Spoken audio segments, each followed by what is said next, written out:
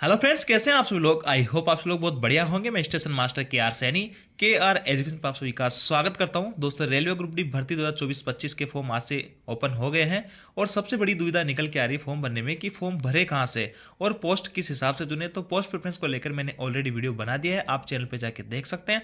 आज इस वीडियो में बहुत ही इंपॉर्टेंट टॉपिक पर बात करने और बहुत ही मोस्ट डिमांडिंग वीडियो था।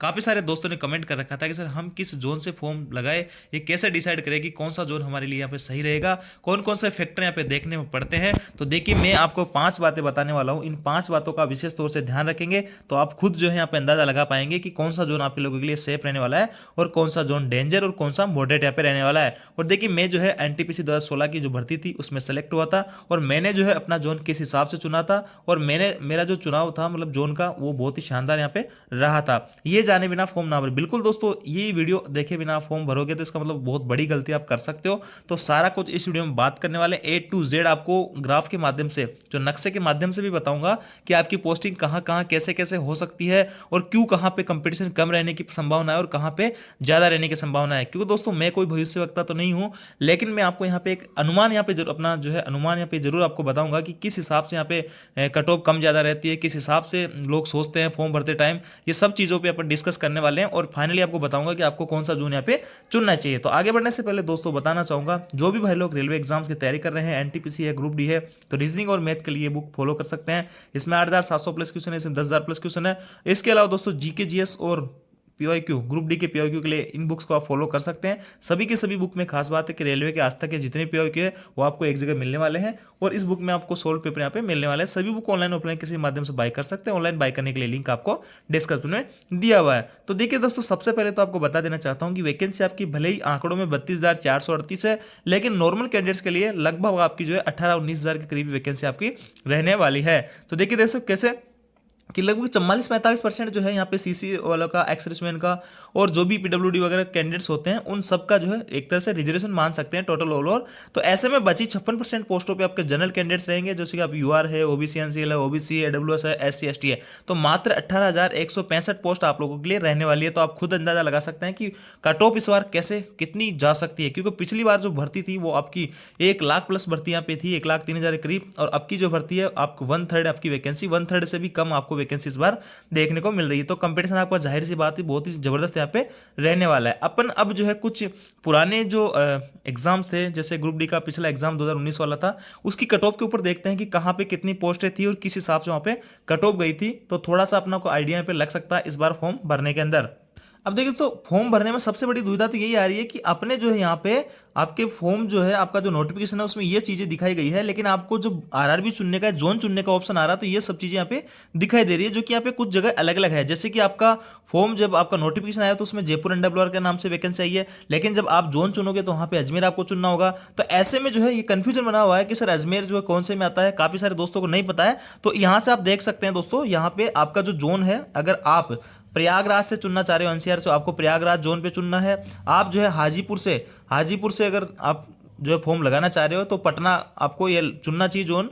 ऐसे में आपको जो है बिलासपुर हो गया, जबलपुर वालों का भोपाल आपको जोन दिखाएगा। डब्ल्यूसीआर की जो वैकेंसी है भोपाल वाली, वो आपको भोपाल, वहाँ पे फॉर्म जब भरोगे तो आपको ये चीज़ें यहाँ पे सामने दिखाई देगी। तो भोपाल अगर वहाँ पे जोन चुनना है आपको, तो इसका मतलब आप जो है जबलपुर डब्ल्यूसीआर चुन रहे हो, आप बिलासपुर चुन रहे हो तो बिलासपुर चुन रहे हो, आप वहाँ पे अजमेर चुन रहे हो, अजमेर जोन, तो आपको जो है जयपुर एनडब्ल्यूआर से आप फॉर्म लगा रहे हो। तो आपका यहाँ पे कंफ्यूजन दूर हो गया। काफ़ी सारे भाइयों ने मेरे को कमेंट करके बोला था कि सर वहाँ पे हमारे को जो जोन है वो अलग दिखा रहे हैं, नोटिफिकेशन के लिए अलग है। तो ये चीज़ें आप इसका स्क्रीनशॉट ले लीजिए। यहाँ पे आपका नोटिफिकेशन में ये चीज़ें दिखेगी और ये आपका जोन वहाँ पे दिखेगा फॉर्म भरते टाइम। तो आपको किसी टाइप का कंफ्यूजन नहीं रहने वाला है। अब देखिए, थोड़ा सा एनालिसिस कर लेते हैं पिछले सालों की जो वैकेंसी रही है उसकी कट ऑफ के ऊपर। ये यूआर की कट ऑफ है, ओबीसी की, एससी एसटी, ईडब्ल्यूएस सबकी कट ऑफ आप देख पा रहे होंगे।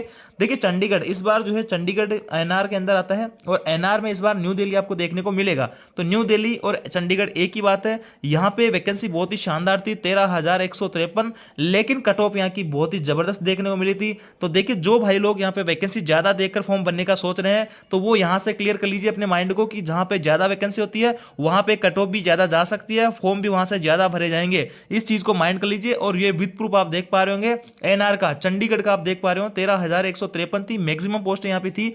और यहाँ की जो कट ऑफ थी सबसे हाई रही थी। मोस्ट डिमांडिंग जो जोन है यहाँ पे मैं आपको भी बताऊंगा, 5-6 जोन ऐसे हैं जो मोस्ट डिमांडिंग है, वहां पे वैकेंसी चाहे कम हो चाहे ज्यादा, वहां की कट ऑफ हमेशा ज्यादा ही रहने वाली है। उसका कारण भी आप लोगों को मैं बताने वाला हूं। तो देखिए ये चीज आपको पहले क्लियर कर लेनी है कि जहां से ज्यादा वैकेंसी है ये जरूरी नहीं है कि वहां की कट ऑफ आपको कम देखने को मिले। तो यहां पे वैकेंसी ज्यादा थी लेकिन कट ऑफ बहुत ही सबसे हाई यहां पे देखने को मिली है। अब देखिए दोस्तों जोन चुनने में भी बहुत बड़ा जो रोल रहता है आपके सिलेक्शन का। देखिए यहाँ पे एक 70 है और एक भाई के 57 आया होगा सिकंदराबाद से, तो सिकंदराबाद से उसका सिलेक्शन हो गया होगा 57 पे 58 नंबर पे। जबकि यहाँ पे दूर दूर तक हवाई नहीं लग रही आपका एनआर से अगर फॉर्म डाल देता तो चंडीगढ़ से। तो यहाँ पे जोन कितना इंपॉर्टेंट होता है ये खुद आप देख पा रहे होंगे, कितना वेरिएशन यहाँ पे आ रहा है। लगभग 10 से 15 नंबर का जो है वेरिएशन यहाँ पे आप कट ऑफ के अंदर देखने को मिल रहा है। तो एक जोन जहाँ पे आप चुनते हो, दो दोस्त मान लो कि एक ने जैसे कि एनआर चुन लिया और एक ने सिकंदराबाद चुन लिया।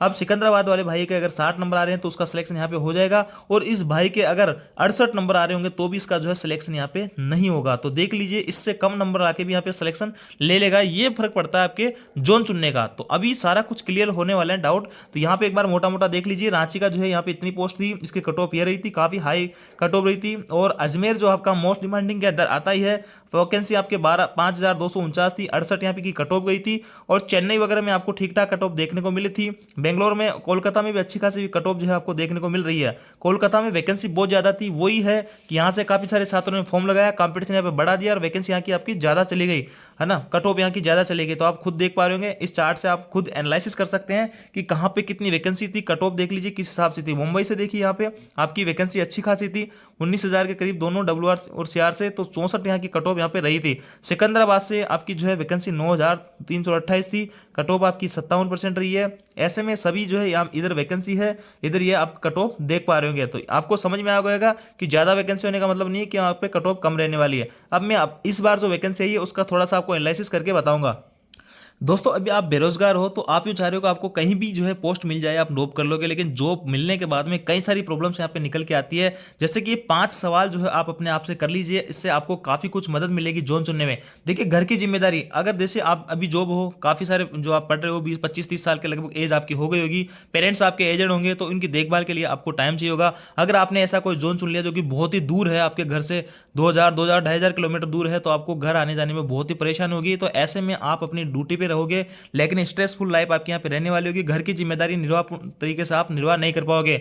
और अगर आप मेहनत कर सकते हो दोस्तों, आपके अगर एवरेज मार्क्स ठीक ठाक आ रहे हैं अभी जो है जो टेस्ट वगैरह लगाते हो, पीआईक्यू वगैरह लगाते हो और आपको जो है कॉन्फिडेंस है, तो मैं कहूंगा कि आपको अपना होम जोन ही चुनना चाहिए। वैकेंसी वहां पे कितनी भी रहे, वैकेंसी आपकी कितनी भी रहे, आपको होम जोन ही चुनना चाहिए अगर आपको खुद पे कॉन्फिडेंस है, क्योंकि बाद में कई सारी चीजें यहाँ पे सामने निकल के आती है। जैसे मैं बात करूँ पिछली भर्तियों की, तो काफी सारे दोस्तों ने जॉब के चक्कर में जैसे साउथ में कहीं भी जॉब ले ली थी, लेकिन आज वो फिर से तैयारी कर रहे हो अपने होम जोन में आने के लिए। क्योंकि दोस्तों इंटर रेलवे ट्रांसफर अगर लेना है आपको तो 10 साल वेट आपको करना होगा, उसके बाद में आपकी प्रायोरिटी कब क्लियर होगी, और 10 से 15-20 साल भी आपको लग सकते हैं। तो ट्रांसफर का भी आपको जरूर सोच लेना है जोन चुनने से पहले। अगर आप इंटर रेलवे जोन चुनते हो तो आपको 10 से 15 साल अपने घर से दूर रहना पड़ेगा, 15 से 20 साल भी आपको लग सकते हैं।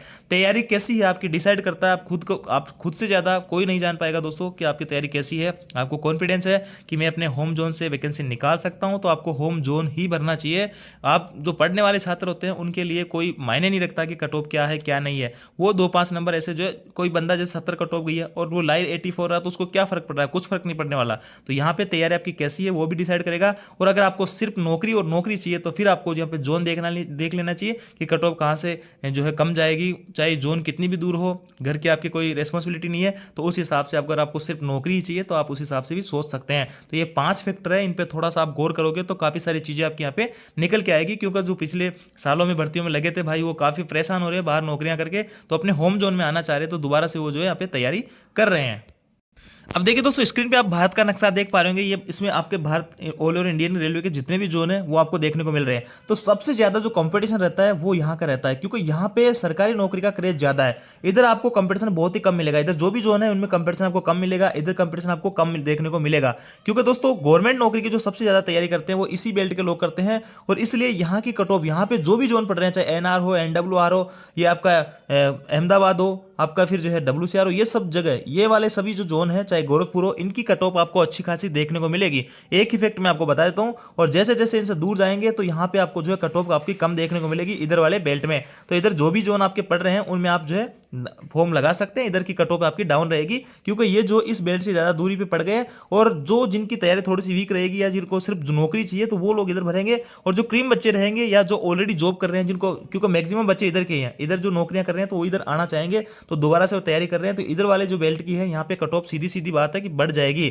तो अब मैं आपको चार्ट के माध्यम से बता देता हूँ, ये आपको मैंने बता दिया किस हिसाब से आपको फॉर्म भरना है। ये आपका वैकेंसी का चार्ट है। तो यहाँ पे सबसे पहले तो थोड़ा सा अवॉइड करना है कि सबसे कम वैकेंसी आपकी जहां से है वहां से आपको फॉर्म नहीं भरना है। बाकी आप जैसे कि कोई हुबली का है और पढ़ने में ठीक ठाक अच्छे खासे मार्क्स आ रहे तो वो भर सकता है, क्योंकि 503 फॉर्म वैकेंसी है तो फॉर्म भी उसी अकॉर्डिंग जाएंगे। यहाँ पे ज्यादा वैकेंसी है तो फॉर्म उसी के अकॉर्डिंग जाएंगे।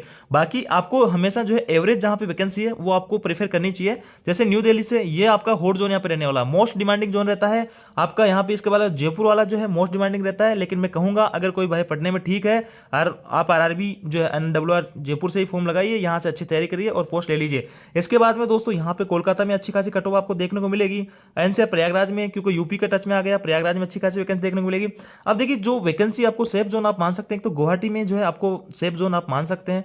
इसके अलावा चेन्नई में भी आप जो है ठीक ठाक इसको जोन मान सकते हैं, और मुंबई वाला जो है मॉडरेट यहाँ पे जोन मान सकते हैं। यहाँ की कट ऑफ कभी कभी NWR से भी ज्यादा चली जाती है, इसको मॉडरेट मानेंगे। इसके अलावा दोस्तों ये 2-3 जोन है जहां से आपको ना मैक्सिमम पोस्टें देखनी है ना आपको सबसे कम पोस्टें देखनी है। इस बेल्ट से आपको यहाँ पे फॉर्म लगा देना है। इस बेल्ट में से जो भी आपको सुटेबल लग रहा है उस बेल्ट में आपको फॉर्म यहाँ पे लगा देना है, जहां पोस्ट सबसे ज्यादा भी नहीं हो, जो सबसे कम भी नहीं हो। तो एक तो चेन्नई से फॉर्म आप लगा सकते हो, गुवाहाटी से आप लगा सकते हो, जहाँ की कट ऑफ अगर मैं बात करूं उस हिसाब से। इसके अलावा दोस्तों यहाँ पे देख सकते हैं इधर SCR में आपका सिकंदराबाद से लगा सकते हो, हुबली से आप लगा सकते हो, इधर भुवनेश्वर से आप लगा सकते हो। इधर की कट ऑफ जो है जनरली आपको डाउन ही देखने को मिलती है। तो इस हिसाब से अगर आप अपना जोन चुनते हो तो काफ़ी आपको हेल्प मिलेगी। और बाकी मैं आपको कहूँगा कि अगर आपकी तैयारी ठीक ठाक है तो आप अपने होम जोन से चुनिए, अन्यथा आपको बाद में कई सारी प्रॉब्लम्स का फेस करना पड़ सकता है। तो मैंने क्लियरली यहाँ पे कुछ समझाने का आपको हिंट देने की कोशिश किया।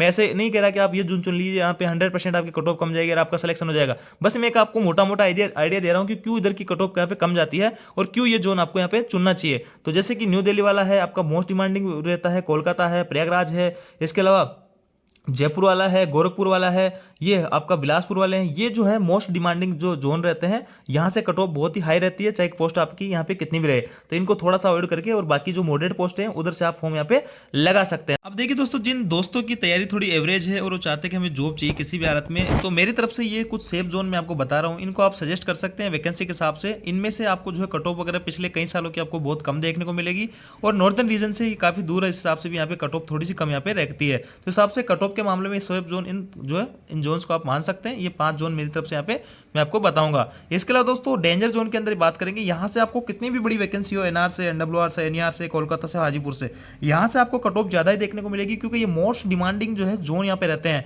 यहाँ बाहर जो ऑलरेडी काम कर रहे हैं वो भाई लोग भी इन्हीं जोन से दोबारा फॉर्म अप्लाई करते हैं और काफी अच्छी खासी मेहनत कर रहे हैं इधर लगने के लिए। तो काफी टैलेंटेड जो लोग होते हैं वो इन जोन को जो प्रेफर करते हैं और होम जोन में जॉब लेने के लिए काफी मशक्कत करते हैं। तो इस हिसाब से मोस्ट डिमांडिंग जोन ये रहते हैं।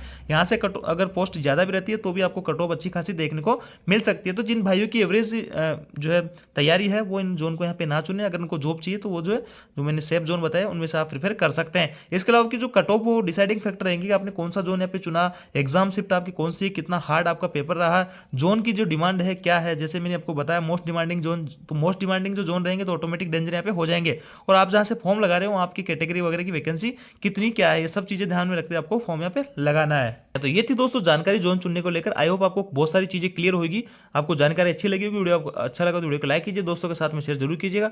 Thank you.